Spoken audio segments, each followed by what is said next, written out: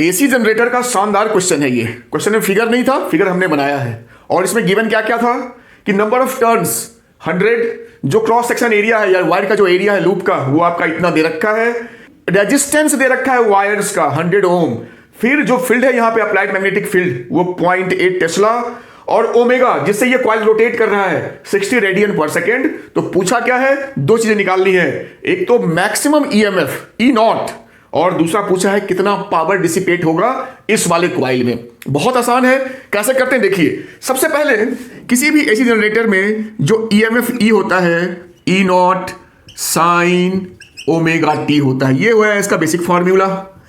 हमें यही ई नॉट चाहिए, और ये ई नॉट होता क्या, तो फिर से लिखता हूं एन बी ए ओमेगा साइन ओमेगा टी, ये और डिटेल फॉर्मूला हो गया। तो देखो जो ई नॉट मेरा है वो है मेरा एन बी ए ओमेगा इस फॉर्मूला से। तो ई नॉट को हम लिखेंगे एन बी ए ओमेगा। अब भाई सारा वैल्यू पुट करो, 100, बी है मेरा 0.8, ए है मेरा 0.5 और ओमेगा 60।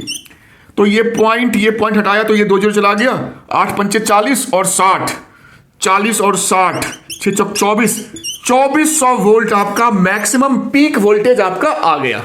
ठीक है, पहला पार्ट हो गया आपका ये 2400 वोल्ट। अब कहता है पावर डिसिपेटेड इस कॉइल में कितना होगा, कहा बहुत आसान है वो भी।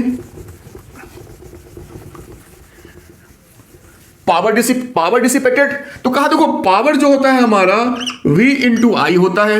हमारा V जो है वो 2400 है, लेकिन हमारे पास I तो है नहीं, बट I क्या होता है, I होता है V बाई आर। तो V और R जो है मेरा कॉइल का वो 100 दे रखा है, तो 0 0 कट हो गया।